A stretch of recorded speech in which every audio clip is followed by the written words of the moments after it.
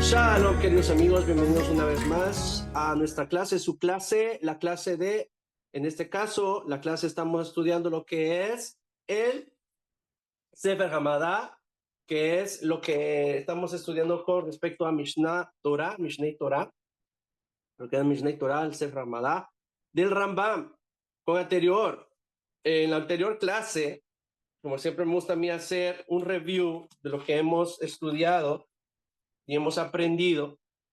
Es bien importante esto, ¿sí?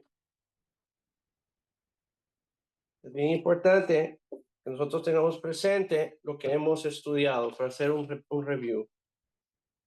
Ok. Recordemos que en la Mitzvah 86 ya se nos está permitiendo, en este caso, hacer la shejitá, ¿sí?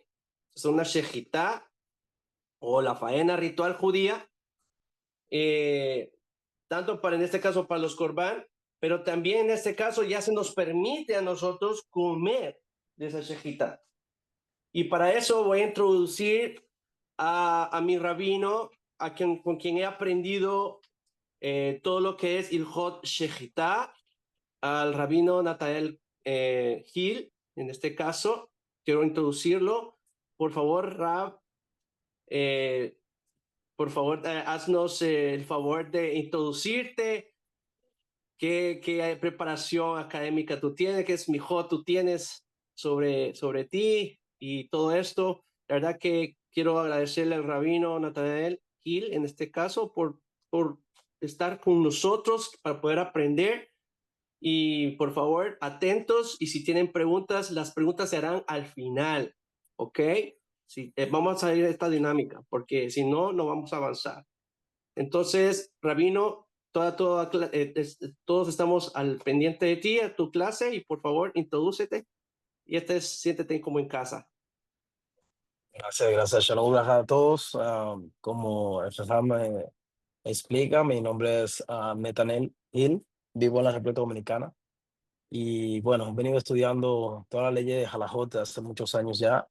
Recibí mi Sebijá como Yoreh Yodeh en 2019 y hace poquito tiempo recibí una segunda Semijá como Yadim Yadim, y a la vez en el 2017 recibí mi semijá, o como nosotros le llamamos, una teuda, una certificación como shohet para, para poder ofrecerle carne kasher a la comunidad de la República Dominicana.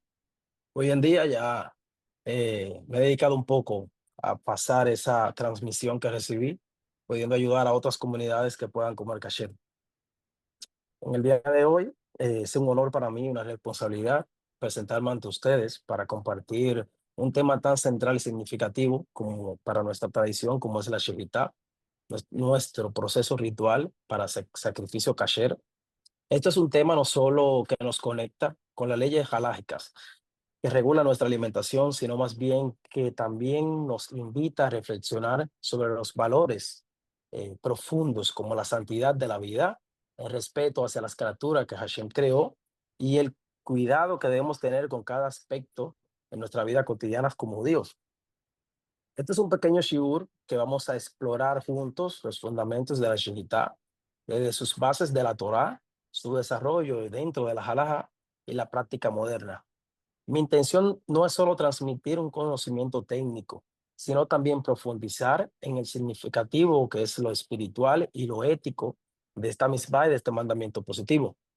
Eh, en este caso, espero que este tiempo sea una oportunidad para acercarnos más a Hashem y comprender mejor nuestras acciones diarias que puedan ser una expresión para la Kedushá, la santidad que debemos, que debe vivir con nosotros. Para iniciar el tema de hoy, voy a tratar de simplificar lo que es una shevitá. Empezando, el procedimiento que es un procedimiento ritual mediante el cual se sacrifican animales para el consumo según las leyes de la halajá, y no es simplemente un método para matar el animal, sino es un acto cargado de santidad y significado espiritual, y esto es un proceso que asegura que el alimento sea kasher, o sea, lo que vamos a consumir sea apto, que no es permitido comer, y además de esto, respetar la vida, minimizando al más mínimo el sufrimiento del animal. El, la shejitá tiene tres elementos esenciales. El primer elemento, que es el shohet, que debe ser un judío observante, conocedor de las leyes de kashrut y con temor a Hashem, y su labor no es solo técnico, debe tener conciencia de que está participando en un acto que transforma lo físico en lo espiritual. O sea, siempre enfatizo en la Kabaná que debe tener el shohet, porque de esto va a depender la shejitá, lo que va a convertir en kasher o no kasher este animal. Entonces, el shohet debe pasar un ciclo de estudio enfocándose en las leyes de shejitá, la inspección del animal, que es una vedicá, que es un proceso eh, que se realiza luego de realizar la shejitá, el sacrificio en sí, y en la ética judía.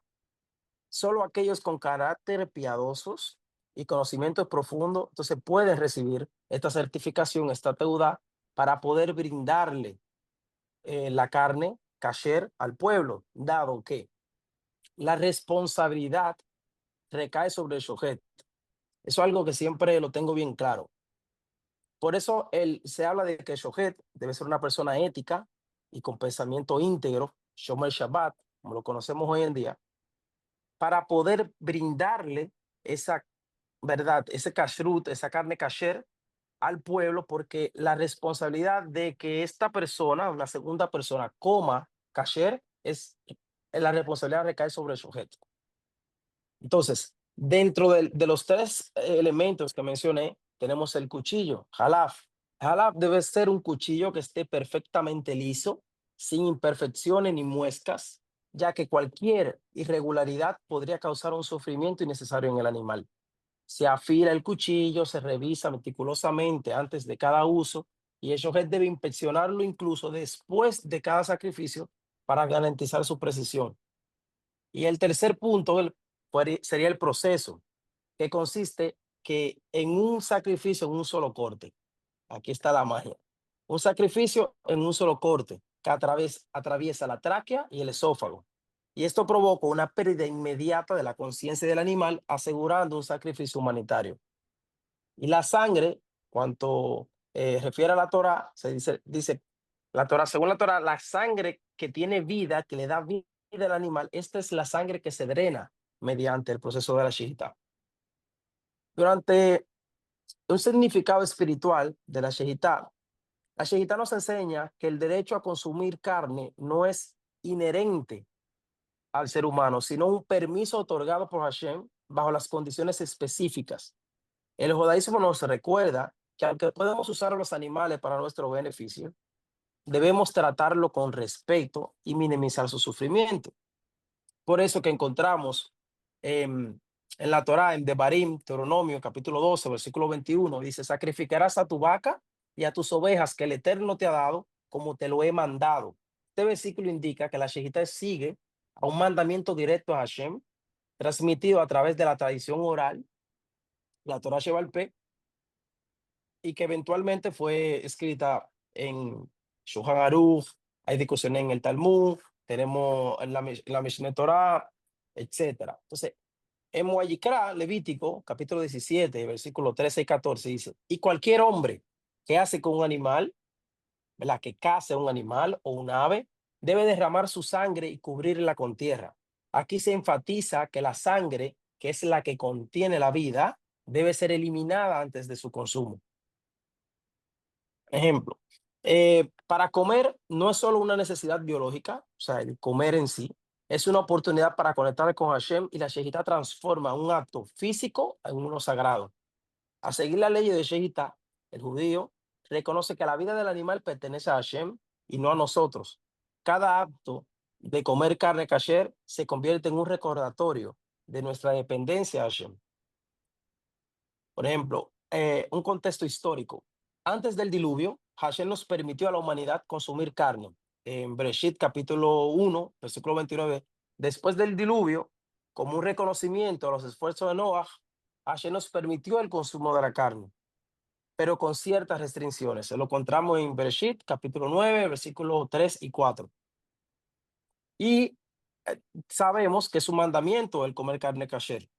El judaísmo no ve un consumo de carne como una obligación universal, sino como un permiso condicionado. Este permiso viene con la advertencia de consumir carne solo de la manera ética y espiritual consciente, o sea, una manera consciente. Entonces, las razones espirituales de comer carne kasher, podrá mencionar la disciplina y el autocontrol. Las leyes de kashrut entrenan al judío para controlar sus deseos. Nos enseña que no todo lo que deseamos está permitido y debemos actuar dentro de los límites que Hashem nos ha establecido. Comer carne kasher asegura que nuestra energía provenga de fuentes espirituales puras y los alimentos no kasher pueden contaminar el alma y dificultar nuestra conexión con Hashem.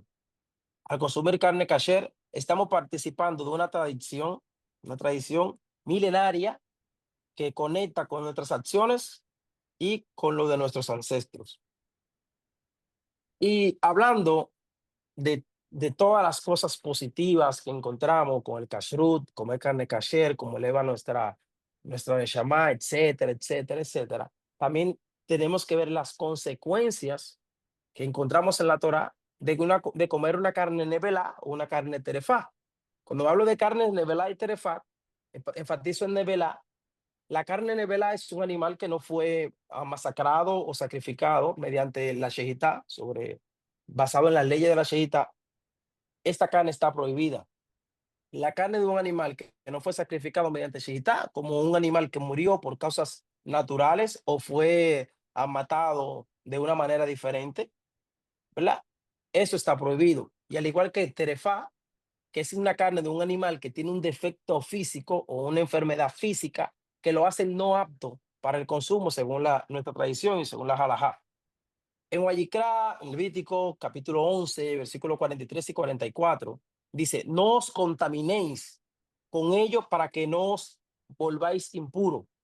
Este versículo subraya que el consumo de alimentos prohibidos como la nevelá y la terefá causan impureza espiritual y dificultan la relación del individuo con Hashem. Entonces, en Devarim, Deuteronomio, capítulo 14, versículo 21, encontramos, no comerás nada que haya muerto por sí solo. Aquí se establece la prohibición específica de consumir carne nevelá, aunque se permite su uso comercial con no judíos, para nosotros está prohibido. Entonces, comer carne no kasher puede insensibilizar o insensibilizar el alma, disminuyendo la capacidad de percibir la santidad y la conexión con Hashem. Entonces, la separación con Hashem violaría estas leyes que crean una brecha entre el judío y Hashem, alejándolo de su propio espíritu o de su espiritualidad. Y el impacto que tiene esto con la comunidad de mantener la pureza y la alimentación que ayuda a preservar la identidad y la unidad como pueblo judío. Siempre recuerdo un shiur que di a mi comunidad hace un tiempo, hablando de kashrut. Siempre usé el ejemplo en ese momento de cuando llevamos el kashrut a nuestra vida cotidiana, de poder determinar y separar lo que puedo comer y lo que no puedo comer. No es el simple hecho de que estemos separando dos alimentos.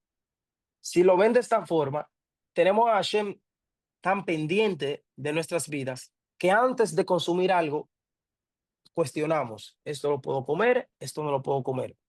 Más que sí y que no, es la intención y la conexión que tenemos todo el tiempo con el Creador de poder antes, o sea, yo llego a un lugar, estoy de visita, me brindan algo, yo lo pienso antes de comer algo, cuestiono cualquier cosa, porque es una conexión directa que tenemos al Creador todo el tiempo de nuestras vidas. Así veo yo el kashrut. La Sheitat igual nos enseña que incluso los actos más simples, como comer, tienen un propósito espiritual. Esto influye en la forma en la que los judíos vemos nuestra relación con Hashem y con el mundo. Comer carne kasher convierte el acto físico en espiritual, recordándole la conexión perteneciente a Hashem, ¿verdad? La Shejitá nos enseña a ser compasivos y responsables con los recursos que utilizamos. Aquí entra la ética y la moralidad. y como nuestra identidad, que cumplimos la ley de Kashrut, que nos distingue como un pueblo elegido, un pueblo apartado, y refuerza nuestra conexión con la tradición y con la Torá. Entonces, la observancia de la Shejitá y las leyes de Kashrut son una forma de cumplir con un pacto establecido entre Hashem y su pueblo. Este pacto nos llama a ser ejemplo de la moralidad y de la santidad en el mundo. Entonces, la Shejitá es mucho más que un procedimiento técnico, es una misbah que nos transforma o que transforma nuestras acciones cotidianas en actos de santidad. Comer kasher es un recordatorio constante de nuestra misión como judíos, de elevar lo físico hacia lo espiritual, vivir con ética y conectar con o sea, conectar nuestras vidas con la voluntad de Hashem. Entonces, podemos asimilar dos cosas. Primero, el por qué lo hacemos, por qué comemos kasher y las consecuencias de no hacerlo. Comer carne nevelá, comer carne terefá, primero no está bien, no se nos llamó a esto. Y segundo, si nos vamos a biología y salud, etcétera, Yohanan que estuvo tratando los temas bien detallados de la Shejitá, durante el proceso del sacrificio, que para mí es un proceso bien técnico. Luego de esto, aquí entra un millón de cosas, que es para revisar si un animal es apto o no es apto para el consumo. Y cuando entramos en estos temas, podemos ver que la biología del animal nos, nos enseña tantas enfermedades que podemos encontrar en el animal, que hoy en día la carne de velá que comen los goim, sería imposible darse cuenta de lo que estamos comiendo por enfermedades del hígado, de los riñones, del corazón incluso, sin mencionar los pulmones, que nos lleva a creer que cualquier tipo de enfermedad dentro del animal en la carne no se ve. En la carne per se no se ve, se nota profundamente ya en los órganos. Aquí sí notamos muchas cosas que nos familiarizarían con enfermedades que podrían hacerle daño. Incluso la halajá menciona dos cosas. La halajá menciona que un animal que murió por el veneno de otro animal sería kasher. Sin embargo, esto podría causar daño en el ser humano y es por esto que lo prohibimos. Entonces, son tantas los detalles que están incluidos dentro de la ley de Shehita, que es lo que nos llama a separar o a separarnos de la multitud y de llevar a una vida kasher que yo lo transformo o traduzco como algo más sano, mucho más sano. Sí, me gustaría, antes de tratar otros temas, eh, ya un poquito más generales, saber si tienen alguna pregunta, algo de interés que yo podría ayudarles. Abran micrófonos, estudiantes, vamos.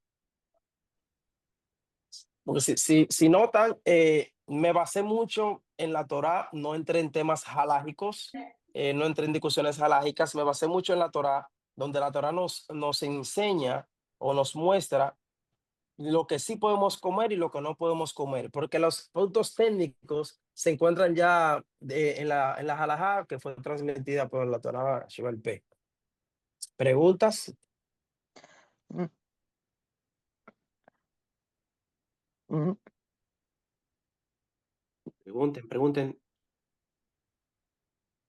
Rabino, yo no le pregunto porque yo tengo mi primo que también él se dedica a eso allá en Argentina, él hace lo mismo que hace Rabino. Y entonces me lo ha explicado todo, ¿entiende? Y por eso no pregunto y yo estoy clara, yo sé que no se debe comer nada que contenga sangre, ni ningún animal que esté dañado tampoco. Yo sé porque me lo ha Sí, explicado y él me claro. dice la forma que deben matar a las vacas, cómo deben hacerlo. Todo eso lo he aprendido, ¿entiendes? Por eso no pregunto. ¿Para qué voy a hacer una pregunta que ya conozco y sé, ¿entiendes? Ok, Dejo excelente. que los demás participen, Sí, claro. ¿entiendes? Sé Que cómo, aguante los demás. Gracias, Rosa. gracias, Rabino. Rab, Shalom, Rab, que Shalom con todos. Una pregunta, antes de hacer la shejitá a cualquier animalito, ¿hay algún trato en especial con respecto al judaísmo por el respeto de la vida del animal mismo?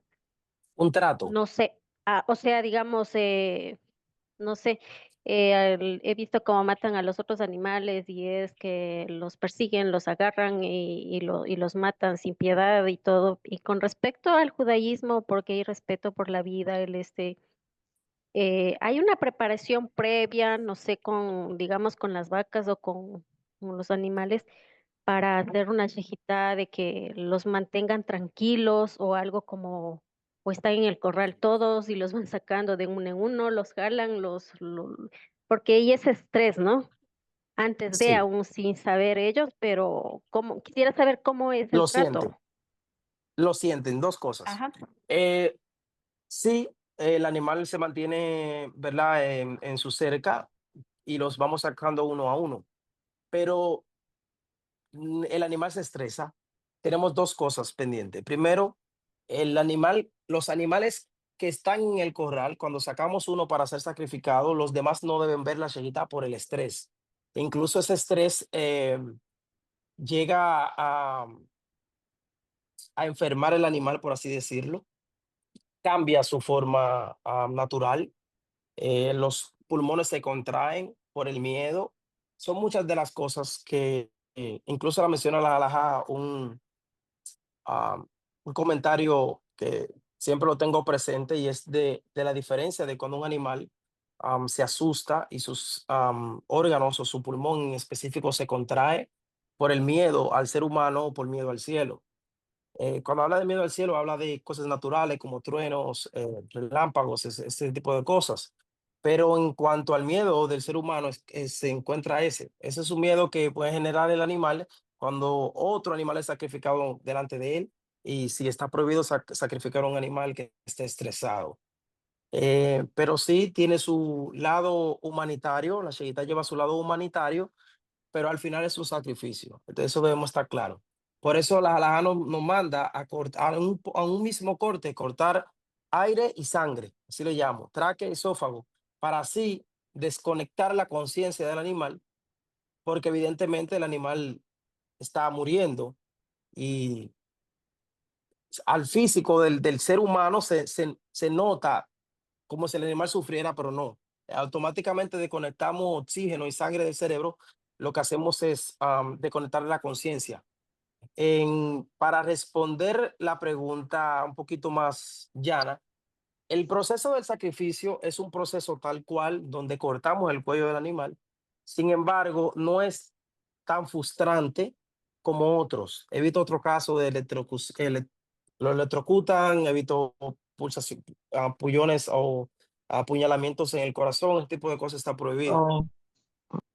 Incluso, em, en, déjame ver, en Shemot Hecho capítulo 22, versículo 3 dice, y carne desgarrada en el campo no comeréis, al perro se le echaréis. Esto implica que este sacrificio debe ser realizado de una manera controlada o conforme a estas leyes. Si un animal que está estresado, que no puede respirar porque se nota en la respiración, se asfixia, etcétera, que puede surgir en corrales o por susto como mencionamos anteriormente, eso está prohibido. Y el desangrado debe ser adecuado. En Devarim capítulo 12, versículo 21 menciona, entonces desgollarás a tu vacas y a tus ovejas que el Eterno te haya dado, como te he mandado, y comerán dentro de tus puertas conforme a tu deseo. Aunque la Torah no especifica los detalles de cómo te he mandado, esto es entendido, como mencioné anteriormente, a través de la tradición oral, cuyo mecanismo de desangrado completo del animal. Otra pregunta.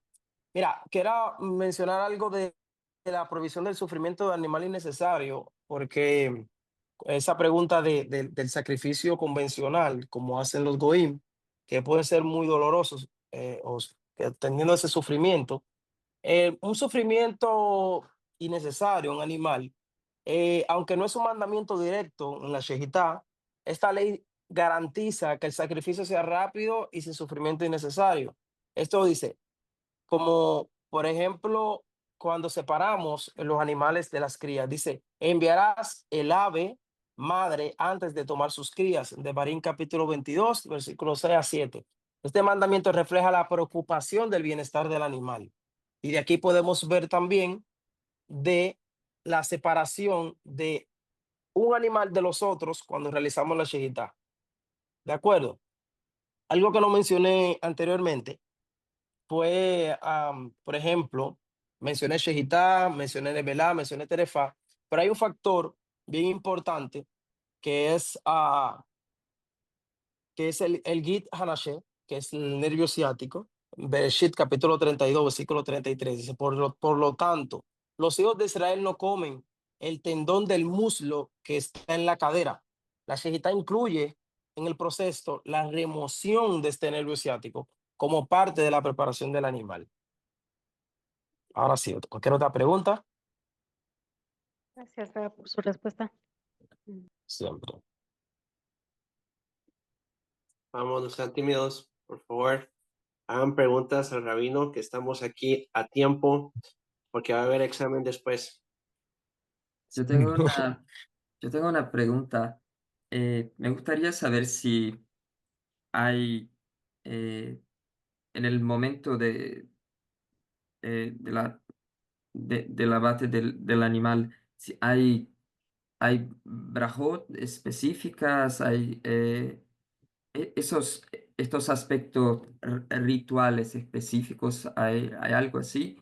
Y una otra pregunta es si hay diferencias entre eh, eh, la práctica de la shejitá entre Ashkenazim y Sefaradim, si hay algo eh, que sea distinto entre las diferentes comunidades. Eh, Ok. Perdón, mi castellano no es No, muy bueno, yo hablo no, portugués, mi lengua ok, materna. Pero no hay gracias. problema. La primera pregunta, en cuanto al ritual, sí, tenemos dos perajot. La primera para hacer la shejitá y la segunda para cubrir la sangre. Sabemos que es un mandamiento positivo cubrir la sangre del animal. Luego de realizar la shejitá, la Torah especifica que debemos cubrirla con tierra, algo que provenga de la tierra, entre otras derivaciones, pero que provenga de la tierra. Tenemos las dos bendiciones. Antes de realizar la shejitá, que nos ha santificado con su mandamiento para realizar la shejitá, y luego llevamos la segunda verajá, que hay una diferencia ahí técnica entre animales de corral o animales, como lo llama, déjame ver, en español, el término es behemoth, pero sería animales domésticos, sería la palabra, como vacas, ese tipo de animales que son lo que más conocemos, no requieren una bendición para cubrir la sangre, pero sí animales salvajes, como lo especifican los hayot, que son son son, ¿Yohanan? Rab, los animales salvajes, los hayot, ¿verdad? Sí, los hayot. Sí, sí, sería obligación de la bendición de cubrir la sangre. Y para responderte a la segunda pregunta sobre las diferentes tradiciones, no. La Shehitá es un proceso que, aunque tenga variaciones, dependiendo de las tradiciones, las leyes son las mismas. Son las mismas leyes, unos más estrictos que los otros, pero va a depender de la comunidad. Pero no en el proceso y no en cuanto a las leyes, sino en cuanto a ser más flexibles o más estrictos ya en el proceso no sé, podría decirse de revisado del animal, de revisado del cuchillo, etcétera, pero las leyes son las mismas y las costumbres son las mismas.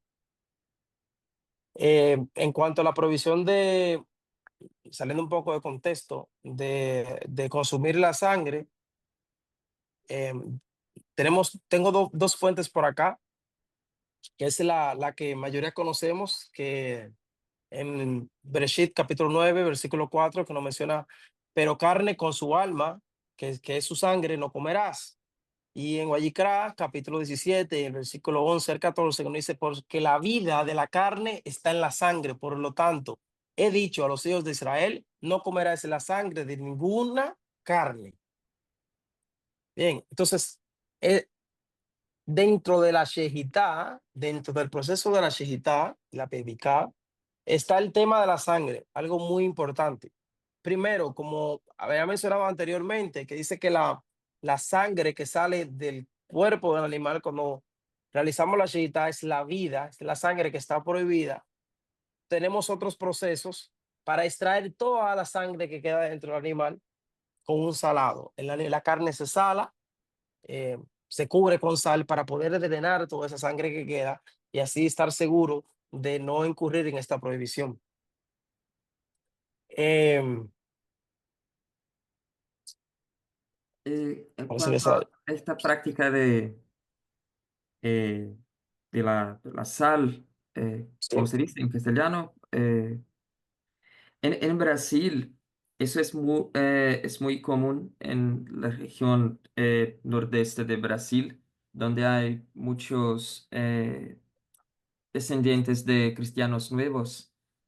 Es una práctica muy tradicional. Algunas familias aún tienen conciencia de sus orígenes judías, otras no.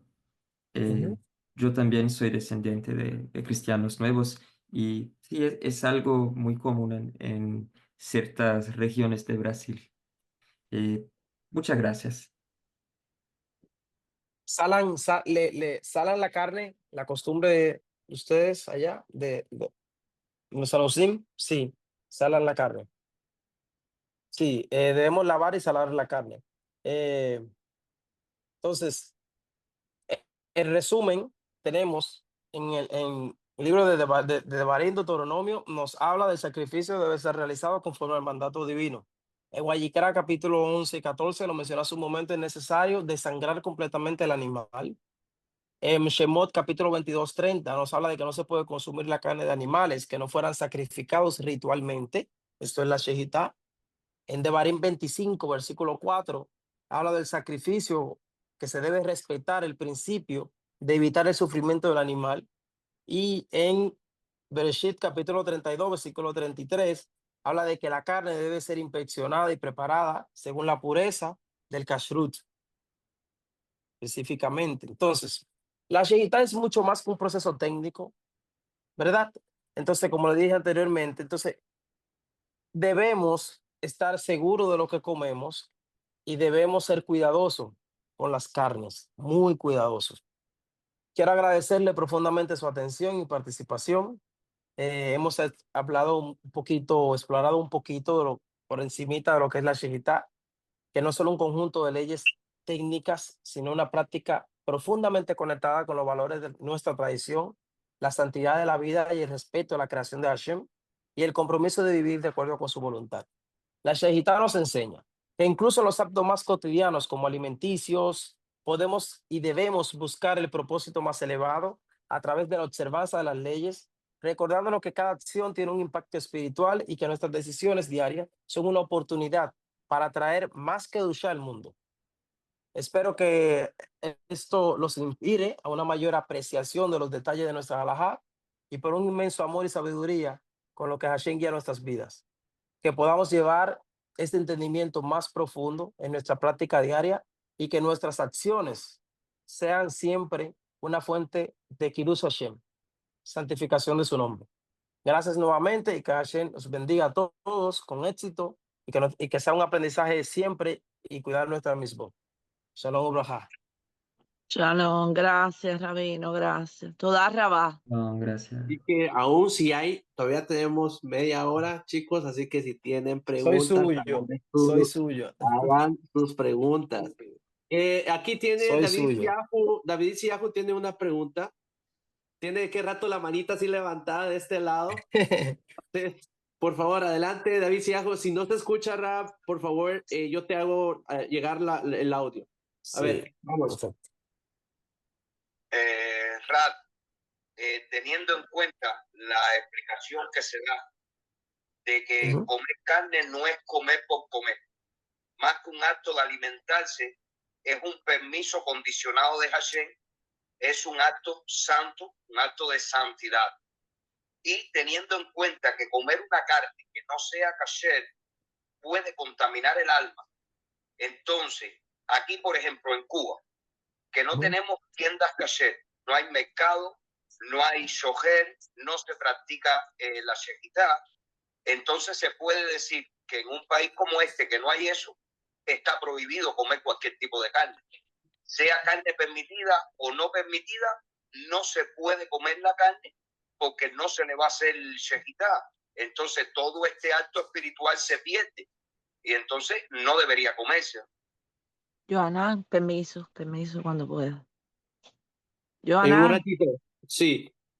pues no, lo que le iba a aclarar a él, que yo vivía en Cuba Ujú. y que yo en Cuba había una carnicería que era para eso, que era coche. Yo no sé dónde él vive, que no puede buscar, no lo tienen inscrito, pero cuando yo vivía en Cuba sí hacían las chejitas como era y había un rabino y había todo. Y está la que todavía existe, porque yo lo sé, que me lo han dicho, que dan carne y que la dan la carne como es. Yo no sé Rosa, dónde él vive, que no. pero recuerde que lo que sucede es que allá en Cuba, y no es por menospreciar de nada, Hashbe Shalom, hay comunidad, la comunidad es un poquito hermética. Entonces, ese es un pequeño dilema.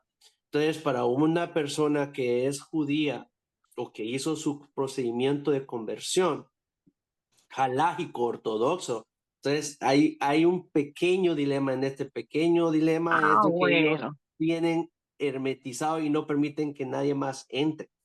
Entonces, y si entra, tiene que entrar bajo la veniencia de un rabino que lo haya certificado y que le dé Ah, el permiso. ya Y entiendo, ya. entonces, en este Disculpe, pero yo. caso, David Isiago está mencionando esta situación porque él está en este caso como igual, como Yosef también, que ellos hicieron su Ya. conversión halágica con un Beit Din y todo esto, y aún así hubieron hermetismo, podríamos decir, y ahora lo que Ah, ellos viven ya. allá en Cuba es de que tratan de vivir bajo los parámetros que la No, ya. halajá les permite vivir como judíos. Es más, yo mismo, juntamente con toda la comunidad de aquí de Sulam Jacob, nosotros mandamos tefilín y un talit, en este caso, a varias personas que estudiaban ahí en Cuba, y les ayudamos en este sentido para que cumpliesen con la mitzvah, porque allá no llegan este tipo de artículos, no llegan ni tefilín, no llegan ni siquiera talit, no hay sidurim, y todo esto tal vez le llega a la comunidad que es allá un poco más hermética, ¿me entiende? Entonces, Sí. en este caso con David Isiahu, y ya estoy también pensando en un futuro, Bezrat Hashem, pues yo tal vez enseñarle prácticas de Shejitá para que él pueda hacer estas cosas allá en Cuba y pueda proveer a los cubanos, en este caso, Bezrat Hashem, en este sentido, bueno, y esta es otra cosa, que en Cuba hay una prohibición de tener behemoth, o sea, en este caso lo que son animales como vacas, Ujú. porque los tiene retenidos el gobierno. Y Ujú. solamente puede nada más y nada más el que visita comer de esos tipos de manjares, podríamos decir. Y como digo, yo no soy político, ni sigo la política, y lo aclaro aquí para aquellas personas que nos ven en Cuba. Yo no quiero hacer pleito de nada, pero es lo que es, porque es difícil vivir a un judío, vivir bajo en ese tipo de parámetros. ¿Ok? Entonces, ¿verdad, Hashem? Que se puedan mejorar las situaciones en todos los países y que podamos también todas las comunidades hacer lo que nos dice en este caso el Rambam, ayudar a los judíos a Nusim volver y a practicar lo que es el judaísmo. Esto es lo más Ah, importante. amén, amén. Claro. Entonces, esto es lo que está diciendo en este caso David Siajo. Por favor, continúa con tu pregunta. Mil disculpas. Ahora era para aclarar. David, Sí, Rab, Me parece que terminó. lo último que digo. que lo que estaba diciéndote, aló, ¿me miras? Sí, lo que estaba diciendo es de que si que termina tu pregunta, formular la pregunta para el Rab Gil, por favor. Ya, era eso, que si en una situación Sí. así, que no hay shohet, hay posibilidades de alcanzar esa carne kosher, lo recomendable es no comer ninguna. No he comer ninguna. Eso es Sin lo que comer me... carne. Vamos a ver, con eso vamos a ver dos cosas. Al final, la respuesta ya la diste. No se puede. No se puede comer. Y Yohanan dio la segunda respuesta. ¿Qué hacer? Debemos preparar a una persona en este entorno, en tu entorno específico, para que pueda entonces suplir, ya que quizás las vacas sería un poquito, ¿verdad? Un alcance más alto por diversos motivos, pero gallinas, ese tipo de cosas, sí, me parece que no habría problema. Pero quiero, con este tema, quiero traer varias cosas. La primera, la base de alimentación de la época de la Torá consistía principalmente en productos vegetales, granos, panes, dáctiles y este tipo de productos. La carne era considerada un lujo, no era parte de un consumo diario. Era común que las familias criaran animales para otros propósitos, como el trabajo agrícola, la producción de leche o lana, más que consumir regularmente esta carne. Hoy en día comemos carne o quisiéramos comer carnes todos los días. No es una práctica ni, ni muy humana, por así decirlo. No es tan humano sacrificar diariamente para el consumo. Entonces, el consumo de carne estaba reservado principalmente para ocasiones festivas, ceremonias, festividades, etc. Los korbanot, recuerden, los sacrificios del Mishkan y más tarde en el templo incluirían el sacrificio de estos animales y en muchos otros casos parte de la carne era consumida por los Kohanim y los ofrendas. Dice, allí ofrecerás tus ofrendas de ascensión, tu sacrificio, tus diezmos y te alegrarán delante del Eterno. De Barín, capítulo 12, versículos 6 y 7. Entonces, durante las festividades como Pesaj, se sacrificaba el corbán de Pesaj, cuya carne debía ser consumida por las familias reunidas. Comer carne era un símbolo de celebración. Por ejemplo, cuando Abraham recibió a los malachim disfrazados de visitantes, les ofreció ternera en Bereshit capítulo 18. También la parábola del hijo prodigio, el hijo prodigio, más tarde menciona el sacrificio de un becerro gordo para un símbolo de alegría. Entonces, había restricciones. Antes del diluvio, en los tiempos de Noah, los seres humanos tenían una dieta vegetariana, según lo estipulado por Bereshit, capítulo 1, versículo 29. Ahora, después del diluvio, Dios permitió que comiéramos carne con ciertas restricciones. Todo lo que se mueve y vive os será para comer, pero carne con su vida, que es su sangre, no comerás. Capítulo 9 de Bereshit. Entonces, en tiempos posteriores, en la entrega de la Torah, el consumo de carne se reguló estrictamente bajo la ley del Kashrut, en Levítico, en Deuteronomio, de Barim, capítulo 11 y capítulo 14. Entonces, este acceso a la carne era limitado. Los animales eran valiosos, activos económicamente. Era más común criarlos para la producción de leche, de lana y el trabajo agrícola que para su sacrificio.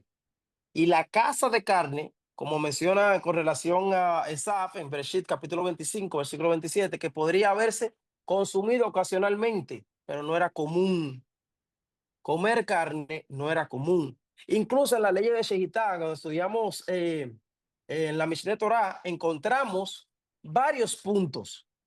Me parece que se repite un sinnúmero de veces, para no dar un número, pero bastantes veces, que menciona, somos estrictos en X caso. Vamos a poner un ejemplo fácil. Tenemos un animal que cojea de la pata delantera. Podemos decir que ese animal no es apto para la shehitá, pero especifica la halajá, por ejemplo, Si se trata de una pérdida económica considerable, se permite la shejita del animal. Otro ejemplo. Cuando un shohet le vende al pueblo una carne nevelá o terefá diciendo que es kasher, y luego nos damos cuenta que el shohet nos mintió, el shohet se le quita toda autoridad y se le prohíbe volver a realizar una shejita en la comunidad. Y una de las razones, o una de las, no serían razones, serían de las principales cosas que el shohet debía realizar para poder que se le creyera nuevamente como shohet y se le volviera a otorgar la teudá de shejitá, era mudarse a un lugar donde nadie lo conociera y que pasaran dos cosas. Una de dos cosas. Primero, que dijera, vamos a mencionar esta, que es el punto donde quiero llegar, que una carne kasher, la llamara nevelá, pero que esta carne que él está llamando nevelá, estando kasher, fuera de su propiedad. ¿Por qué de su propiedad? Porque esto va a incurrir en factores económicos muy importantes para esta persona. O sea, él va a perder mucho dinero diciendo que una carne es nevelá, siendo kasher, solo para poder limpiar su nombre. Entonces, ¿a dónde quiero llegar con esto? Que el factor de comer carne dependía mucho de la economía. Entonces, el pueblo no criaba para comer, el pueblo criaba para otras cosas. Por ejemplo, fue un cambio gradual. Porque en el desierto, recuerdo, cuando habla que los israelitas manifestaron un deseo de comer carne, recordando las comidas en Egipto, ¿verdad? En Números capítulo 11, habla de como respuesta, Hashem le envió codornices. Aunque a consecuencias severas por su queja, esto subraya que el consumo de carne no era cotidiano, incluso bajo circunstancias difíciles. Y que la conquista de la tierra de Israel, el consumo de carne aumentó debido al asentamiento de la agricultura establecida, y la Torá permitió el sacrificio de los animales para consumo personal fuera del contexto del templo, pero siempre bajo la ley de Shejitá. Entonces, en los tiempos de la Torá, la carne no era un alimento cotidiano, sino reservado para momentos específicos como festividades, como mencioné anteriormente, y era una dieta básica que estaba basada en otros productos agrícolas. Entonces, el comer carne para hoy por hoy es un lujo, algo que critico mucho en la cotidianidad moderna de consumir carne todos los días. Para mí es inhumano, para mí. Es más, Rab, disculpe que me intrometo. Es más, el Baba Sali, él en su tradición, él decía que él comía solamente para la festividad y en este caso por Oneg Shabbat. Por honor al Shabbat, comía carne nada más por honor al Shabbat, pero durante el transcurso de la semana él no comía carne y lo que comía en este caso eran lácteos, verduras, todo lo que era proveniente de la tierra. Entonces, él mencionaba de que comer carne en cierto punto te hace ser lento. Y ya vamos a lo que es a la dieta kashrut, en este caso lo que es el kashrut, nos dice de que tenemos que esperar ¿cuántas horas? 6 horas para que se haga digestión, en este caso la carne. 6 horas nos dice en este caso lo que es Ishur Be'eter, todo lo que es aprendido en este sentido. Para poder en este caso, poder ingerir o tener la ingesta de halab, lo que es lácteo. Entonces, todo lo de bazar, cuando uno comía bazar o carne, tiene que esperar 6 horas Para comer leche. para poder después comer leche. Ahora, si comía leche, entonces nos dicen nuestros jajamín que podemos tomar la leche líquida o como la crema que se le dice, puedes tomarla y puedes solo enjaguarte la boca, inmediatamente puedes comer, en este caso, lo que es la carne. Pero hay una prohibición que nos dicen nuestros jajamín con respecto a esto. ¿Cuál es esta prohibición? Que si el queso, o en estos son quesos maduros, hay un cierto punto que tenemos que esperar. En este caso puede ser hasta 2 horas, dependiendo del tipo de maduración de este queso, para poder comer lo que es, en este caso, carne. Entonces, todas estas cosas son importantes ir sabiéndolas, y esto las vamos a tocar conforme el tiempo que estamos estudiando, porque estamos ahorita apenas en la Mitzvah 86, en este caso del Mishnei Torah. Y el Rab Nathanael Hill, a quien tengo el aprecio y el honor de que fue mi maestro con respecto a las leyes de Shejitá. Entonces, he aprendido mucho de él, Bezrat Hashem. Vamos a ir para allá, para República Dominicana, a hacer la práctica. Ya solo eso me hace falta. Y bueno, es algo que cuando uno ya tiene una Kabbalah, en este caso como Kabbalah Shohet, o sea, el recibimiento Ordenación, la o la ordenación sería la palabra. ordenación prácticamente de Ujú. Shohet, es una gran responsabilidad que cae sobre esta persona, porque de él va a depender, porque imagínense qué responsabilidad trae este, que tiene que revisar los órganos internos de este animal, tiene que ver si este animal fue atacado por un animal, por otro animal, o sea, en este caso, supuestamente, como dice, si fue un animal salvaje y lo atacó y le impuso sus garras en las ancas de este animal, puede ser de que entonces tenemos que tomar la decisión y revisar este animal si es en este caso kasher, para poder hacer en este caso el procedimiento o si se le aplastó la primera corteza del cerebro. Hay muchas cosas que tenemos que saber y aprender para hacer en este caso un shohet.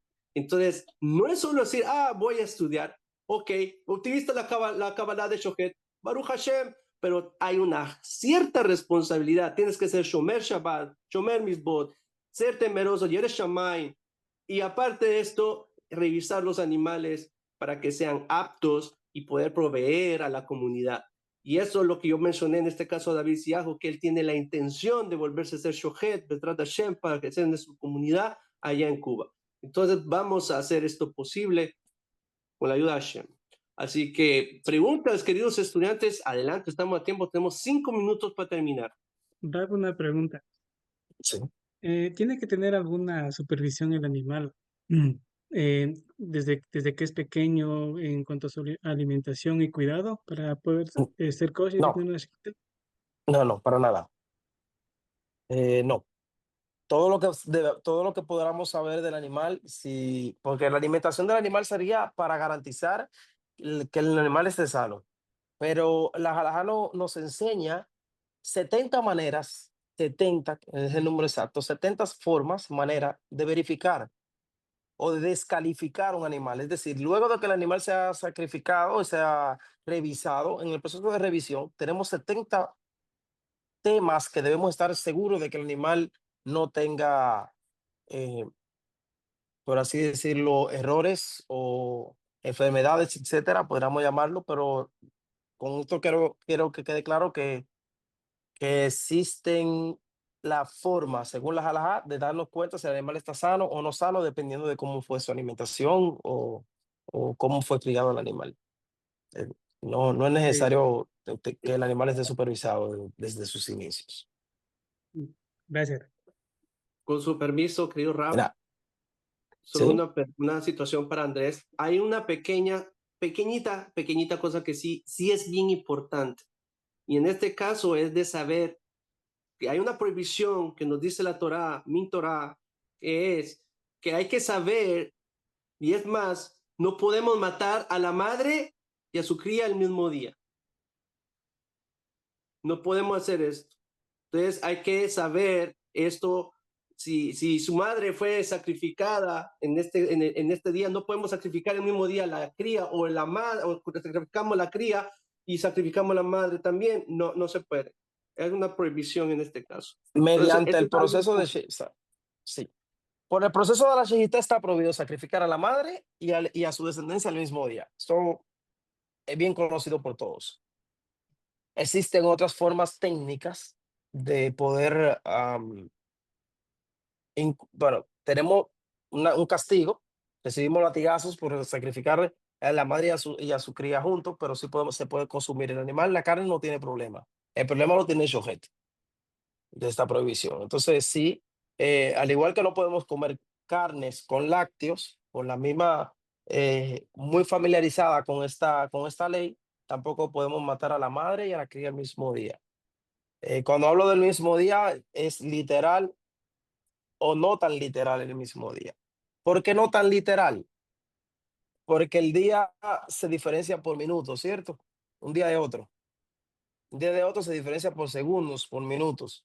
Es decir, que si matamos un animal al final del día martes, al principio del día miércoles, podemos matar a la cría. Entonces, es decir, es manejable, pero sí está, la prohibición es bastante clara en cuanto no lo podemos hacer. Incluso en la ley de Shegitat nos habla del caso del vendedor, o sea, el vendedor que vende el animal debe notificarle al comprador si vendió a la madre o a la cría ese mismo día, por el simple pensamiento de que esto podían ser sacrificados el mismo día. Tiene que advertirle a quien compre el animal que el judío que vende, porque el goín no lo va a notificar, pero el judío que le vende a otro judío sí debe notificarle incluso. Hasta ese punto llega esta importancia de la prohibición. Entonces, Adelante, sí, Cindy. Hay una mayor cantidad de un límite de cuántos animales tú puedes sacrificar en un día. no hay un límite. El trabajo sí te pone límite. El mucho trabajo que es sí, te pone un límite como ser humano. O sea, matar a un animal, vamos a ver cómo yo puedo resumirlo. Yo tomo el animal, reviso el animal antes de sacrificarlo, sacrifico el animal. ¿Verdad? Todo esto, revisé el animal, corté el cuello del animal, todo esto por una sola persona. El ejemplo es de una sola persona. Mato el animal, verifico, inspecciono los pulmones, los hígados, las arterias del corazón, el cerebro, las membranas, los intestinos, las patas, los nervios, la columna vertebral. Todos estos órganos, pongamos que los revisemos uno a uno. O sea, el trabajo que conlleva poder certificar una carne kasher es mucho trabajo. Las fábricas sí matan cientos de animales diarios. Hablo de fábricas porque, por ejemplo, eh, un proveedor de comida kasher, de carne kasher, eventualmente es un servicio industrializado, pero el shohet debe matar el animal uno a uno. Un límite no tenemos, que es mucho trabajo, sí, y nos limita el tiempo, pero límite no tenemos ninguno. Como mencioné anteriormente, por la modernidad y por lo que hacemos hoy en día de comer carne todos los días. No por Sí, mi pregunta inhumano, sería la palabra. Sí, era perdón. para saber si, no sé, había una manera de discriminar sobre si un proceso es correcto por el cierta cantidad de animales que pueden matar en un día, porque el proceso es muy, tú sabes, costoso en tiempo. Esto va para YouTube. Sí, Es más, Raf, te vamos no sé si tenés canal, te vamos a tallar ahí en el canal de nosotros con tu sí. conveniencia. Esto va para YouTube, es que el comentario no es muy bueno, pero sí. Todo va a depender de las certificaciones de Kashrut, va a depender de cuántas personas estén verificando. Normalmente en industria tienen Shohet y tienen Bodek, que son quien realiza el corte y quien verifica los animales, los órganos y los terefot, sería la palabra específica. Pero mientras el proceso es más grande, sí es más complicado determinar si puede pasar algo que no estamos muy seguros. No, es algo delicado, pero hablando claro, una persona que mate 50 vacas diarias y se le vaya una, no sé qué tan estrictos serían ellos de poder separar una carne de otra. Le tengo miedo a eso personalmente. Eso va a depender mucho de quién certifica y qué integridad tenga. Pero la halajá nos llama a no cuestionar a una persona que esté realizando una shehita, es una persona que está capacitada para hacerlo y no debemos cuestionarlo. Eso, a eso nos llama la halajá. Rambam especifica, y en el Shulchan Aruch también, también lo habla bien claro, de que cuando comemos carne y tenemos el shohet al lado, no debemos cuestionar cómo lo hizo, ni las técnicas, ni basado en qué leyes las realizó. Esto no se debe. La única manera que le podemos preguntar a un shohet sobre si conoce la ley de Shehitá es si lo estamos viendo realizar la Shehitá frente a nosotros. Entonces, por esta razón te puedo decir que dependiendo del número de animales, yo entiendo que como ser humano podríamos tener la margen de error, pero debemos confiar en la revisión de los expertos, como lo establece la halajá. ¿Respondí con eso? Sin, Asaku Baruch, sin Rav. respondí sin hundirme mucho, ¿cierto? Sí. No. Perfecto, Asaku, Asaku Baruch, muy buenas. Shigur Rav, te agradecemos Gracias. mucho la comunidad Sulam, Jacob, Sephardic Community. Gracias te damos por este tan precioso momento, por tu paciencia, por las preguntas, por No. todas estas cosas tan bonitas que hemos aprendido de ti, que esto es lo que debemos hacer, llevar esta información a las personas, que cuán importante es comer kosher, número uno, cuán importante es si vamos a comer carne, saber de que esa carne sea certificada con su Esher, con su certificación específica. Y si no encuentras carne kosher, evita no, en este caso comerla.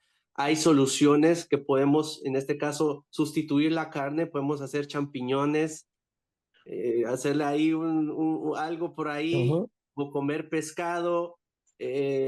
frijoles. Yo siempre hago siempre hago estas preguntas cuando estoy interna, en este caso en un Beit Din, siempre hago estas preguntas. ¿Qué harías tú si tú vas de viaje y no encuentras comida kosher? ¿Qué vas a comer? Entonces, ¿de qué manera tú vas a vivir tu judaísmo? Y esto es importante, queridos estudiantes, muy importante es tener esto en la mente. Así que gracias, Rav, gracias, queridos estudiantes, por su participación. Les agradezco mucho a cada uno de ustedes. Nos despedimos. Un grato momento. Baruch Hashem. Shalom, shalom a cada uno de ustedes. Se despide su amigo Rav Johanan Levi y el rabino Natanael Gil, y cada uno de ustedes. Muchas gracias. Shalom. Kol tov. Bye, להתראות.